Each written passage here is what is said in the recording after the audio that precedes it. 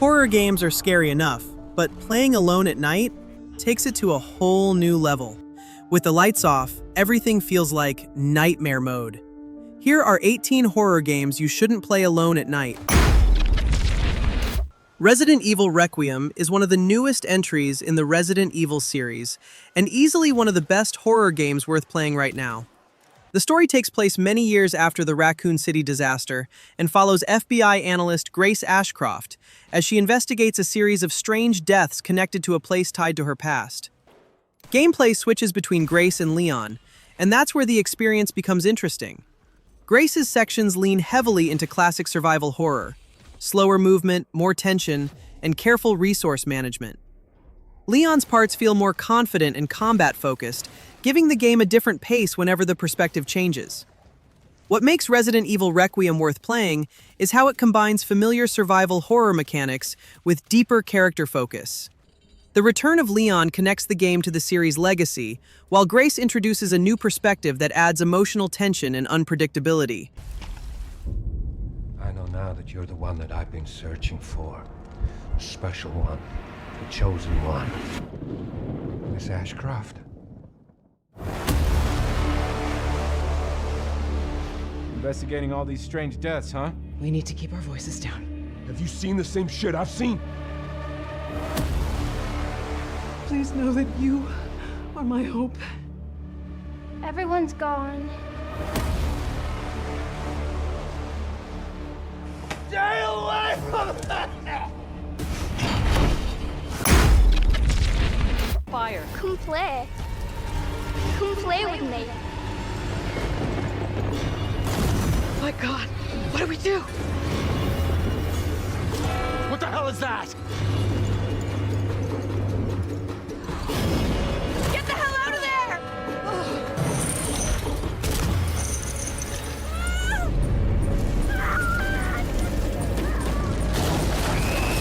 I'm next.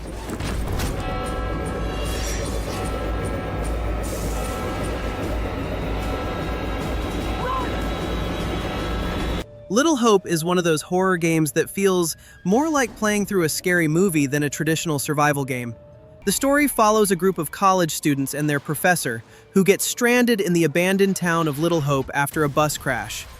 As they try to find a way out, strange visions begin appearing around them, revealing disturbing events connected to the town's dark past.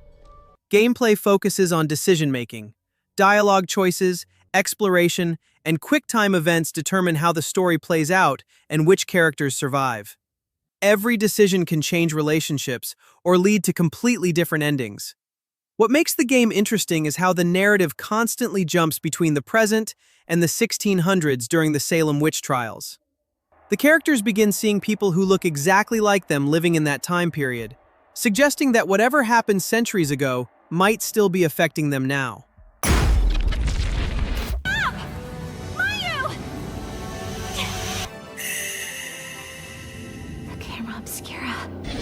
Don't look down there.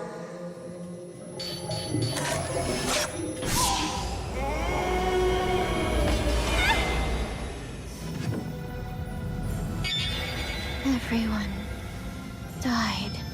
Are you leaving me again? We can't escape after all. No matter what happens, I'll forgive you, Mio. Together. Fatal Frame 2 Crimson Butterfly is often considered one of the scariest Japanese horror games ever made, and the remake brings that classic experience back with modern visuals and a more polished presentation. The game follows twin sisters Mio and Mayu, who wander into an abandoned village hidden deep in the mountains. What first looks like a quiet place slowly turns into something far more disturbing as they discover the village is tied to an old ritual and filled with restless spirits. Combat revolves around the camera obscura, a special camera used to fight spirits. Rather than using normal weapons, you must photograph ghosts at the right moment to damage them. Letting the ghost get closer makes the shot stronger, which creates a simple risk and reward system during encounters.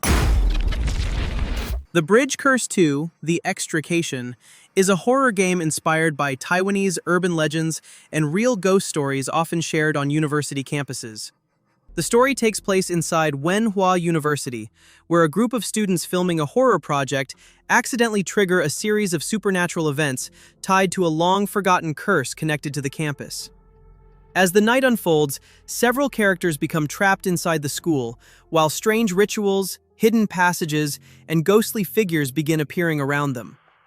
The narrative switches between different students, slowly revealing what happened in the past and why the campus is now haunted. Gameplay focuses heavily on stealth and survival rather than combat. You spend much of the time hiding, sneaking past spirits, solving puzzles, and finding ways to escape dangerous situations. Oh, those film students and their ghost sighting video. No way, Mrs. Wong. That's exactly it. If I can get something, this story is gonna totally go viral. This film depicts a murder in 1960. Oh, lucky you. I know everything there is to know about Wenhua University. If it's before midnight, they can do whatever the hell they want. No. No! I've got to get out of here.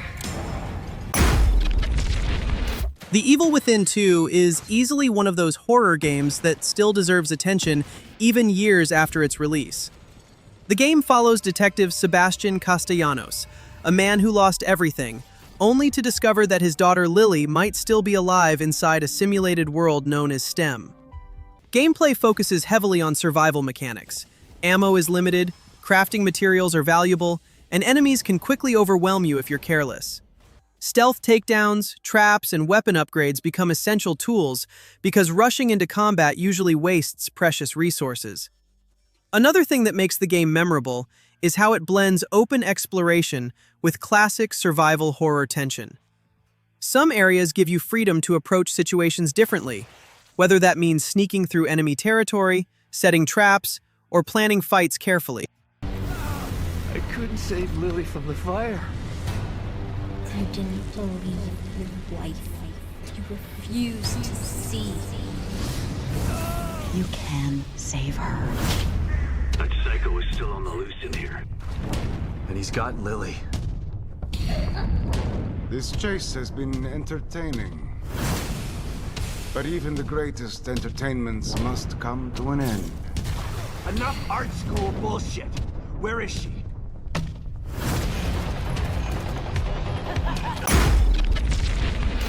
Martha is Dead is a psychological horror game that feels very different from most titles in the genre. Instead of focusing on monsters or constant danger, the story centers on trauma, guilt, and family secrets during the final years of World War II. You play as Julia, a young woman who discovers her twin sister Martha dead near a lake, and that tragic moment slowly pulls her into a disturbing mystery surrounding her family and the war happening around them. Gameplay focuses on investigation and environmental interaction rather than combat. You explore the countryside, examine clues, take photographs with an old camera, and piece together what happened. Many puzzles revolve around observation and interpreting small details instead of solving complex mechanical challenges.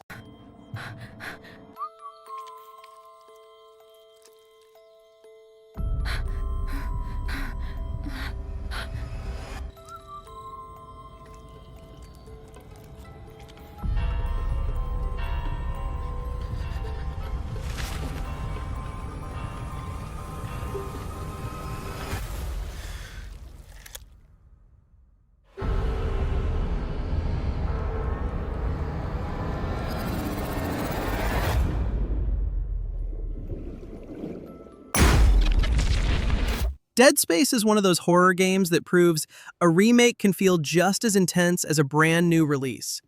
The story follows Isaac Clarke, an engineer sent to repair a massive mining ship called the USG Ishimura. Instead of relying on traditional shooting mechanics, the game builds its combat around strategic dismemberment. Shooting enemies in the head won't stop them. You need to cut off their limbs to survive. This simple idea completely changes how combat works and forces players to stay calm and aim carefully, even during chaotic encounters. The remake also improves the experience by making the entire Ishimura ship interconnected. Instead of moving through separate levels, you can travel through the ship more freely, unlocking areas as you gain access and discovering new resources or secrets along the way. Our homecoming will be truly divine.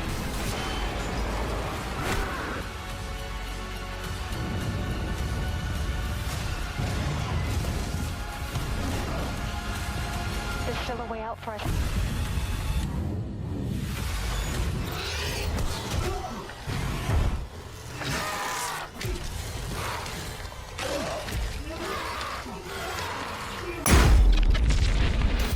In love.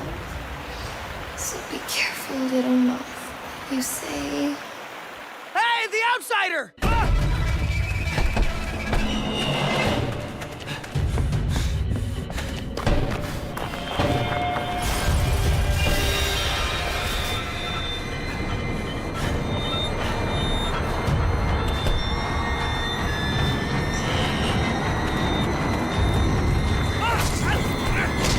Outlast 2 is the kind of horror game that feels brutal and uncomfortable from the very beginning. The game follows Blake Langerman, a cameraman investigating a strange case in the Arizona desert with his journalist wife. After a helicopter crash separates them, Blake ends up near a remote village controlled by a disturbing religious group. What makes the game stand out is how helpless you are. Blake isn't a fighter. There are no weapons and almost no way to defend yourself. When enemies appear, the only real options are to run, hide, or stay quiet and hope they move on. That constant vulnerability is what creates the tension. Most of the game focuses on sneaking through dangerous areas while staying hidden. Your main tool is a camcorder with night vision that lets you see in the dark, but it drains batteries quickly. Because of that, you're always searching for spare batteries while trying not to get caught.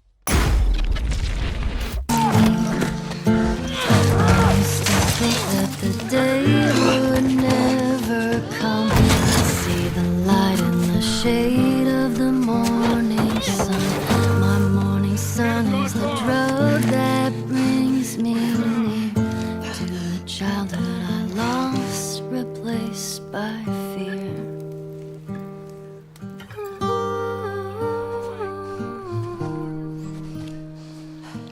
The Last of Us Part 2 is often considered one of the most intense, story-driven horror games ever made. The story follows Ellie as she travels across a ruined America, driven by grief and revenge. Instead of presenting a simple hero versus villain narrative, the game explores the emotional consequences of violence and how trauma shapes the people living in this broken world. One thing that makes the game different is how the story is told. The narrative shifts perspectives and slowly reveals the motivations behind each character's actions. Gameplay pushes realism and tension much further than the first game.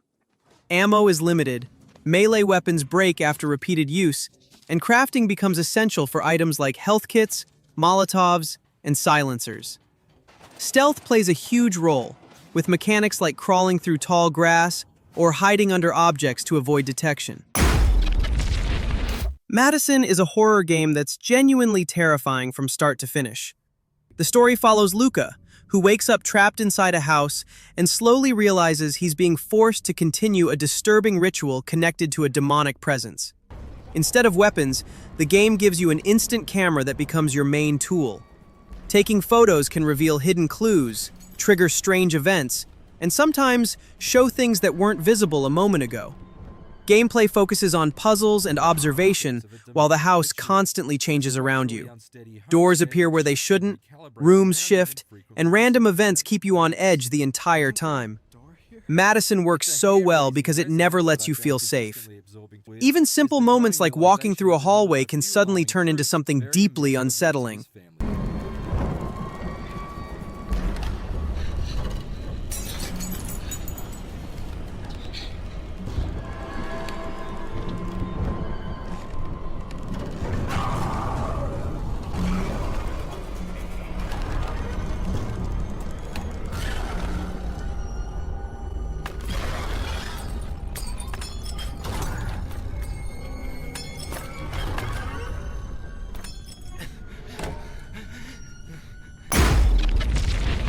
The Chant is a horror game that takes a very different approach compared to typical survival horror.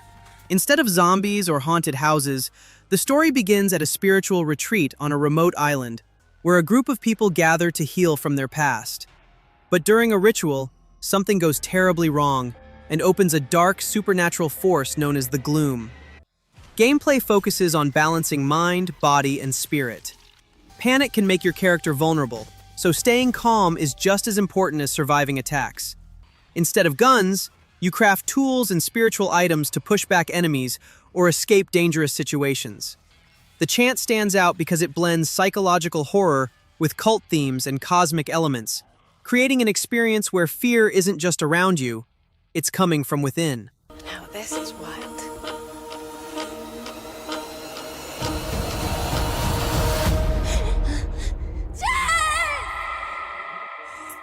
Why did you leave me?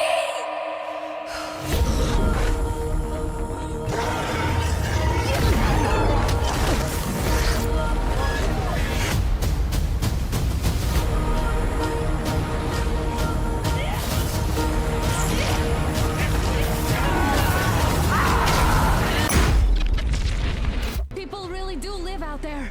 We thought that we were the only survivors. Why are they hiding the fact that Moscow didn't survive alone? It's the strongest who survives! Take this! Don't let go, Artyom!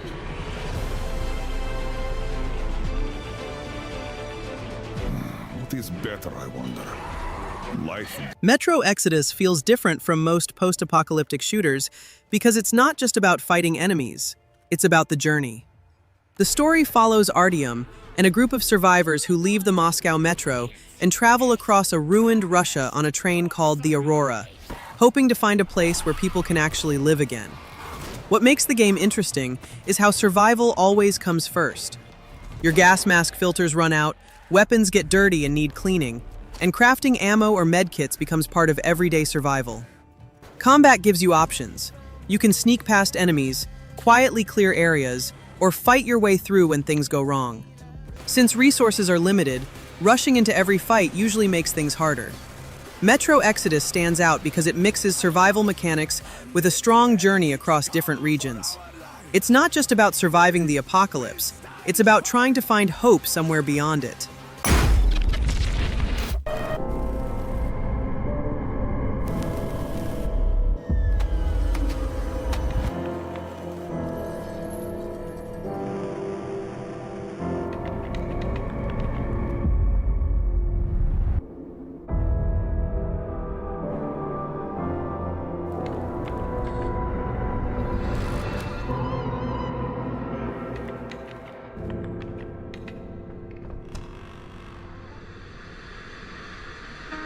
Luto is a psychological horror game built around a simple but creepy idea. You're stuck inside your own house, and no matter how hard you try, you can't leave. Every attempt to escape just leads you deeper into the house, as the environment slowly starts changing in ways that don't make sense. The story deals with grief and loss, but it doesn't explain everything directly. Instead, you piece things together through the environment, small clues, and strange events that start happening around you. There's no combat here. Gameplay focuses on exploring the house, solving puzzles, and paying attention to subtle changes in the surroundings. Hallways loop, rooms shift, and sometimes the house feels like it's reacting to you. What makes Luto interesting is how it plays with your mind. The horror doesn't come from monsters chasing you. It comes from the uneasy feeling that you're trapped in a place that reflects your own fears. Something's gone horribly wrong. The safe haven... Shelf ventilation block B6. Is this where you are, Poppy? What? Where you are?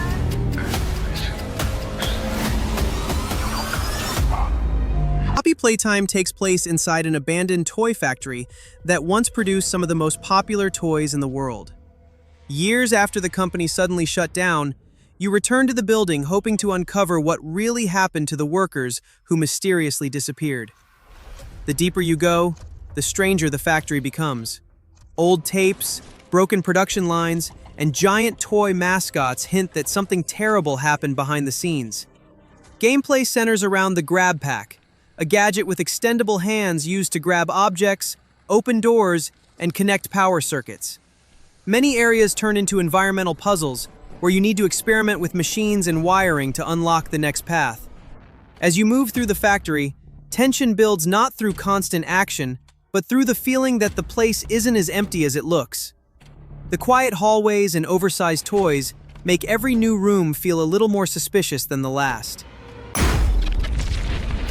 Resident Evil 4 Remake brings back one of the most iconic horror games ever made. But this time, everything feels darker and more intense. The remake stays close to the original story, but the atmosphere feels much heavier. The village, the castle, and the surrounding areas all feel more detailed and unsettling, which makes every location more memorable. Gameplay mixes action with survival tension. Ammo is never unlimited. Enemies attack in groups, and you constantly have to watch your positioning during fights. One of the biggest additions is the knife parry system, letting Leon block certain attacks if your timing is right. Resident Evil 4 Remake works so well because it keeps the spirit of the original while making the experience feel fresh. It's fast, tense, and still one of the most satisfying horror action games you can play today. I will show her the path. Ashley, run! The entire world shall overflow with his grace. What's happening to me? Now, abandon your body. Leave the girl. She's lost no matter what. Now that he has chosen death. Oh, you gotta be kidding me. Visage is one of the best horror games out there, and honestly, one of the scariest you can play. The game takes place inside a normal-looking house, but the deeper you go, the more you realize something terrible happened there. The story unfolds through different chapters, each one tied to a tragic event that happened in the house. Instead of explaining everything directly, the game lets you slowly uncover the past through clues, strange events, and disturbing moments that happen around you. Gameplay is built around tension and vulnerability. You don't fight enemies here. Instead, you explore the house, solve puzzles, manage light sources like lighters or candles, and try to keep your sanity from dropping in the darkness. What makes Visage so terrifying is how quiet it can be. Sometimes you're just walking through an empty hallway, but the atmosphere makes it feel like something is always watching you.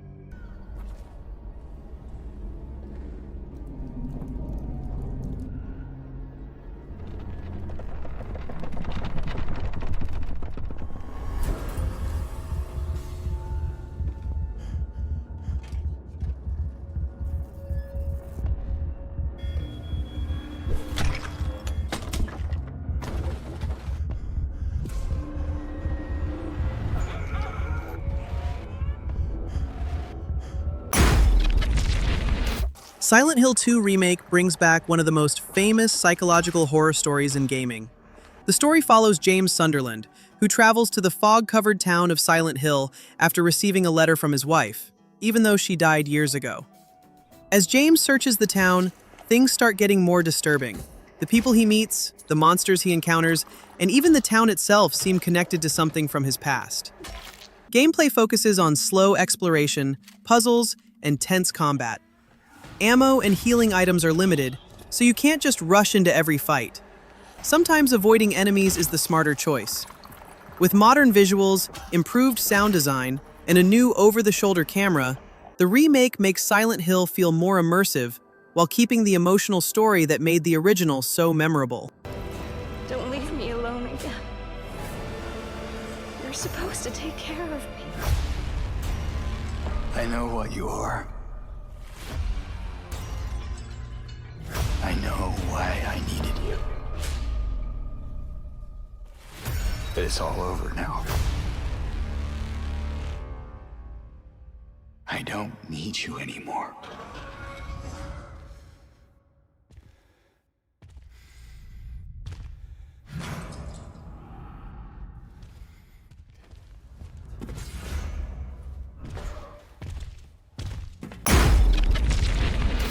Alien Isolation is one of those horror games people still call a legend.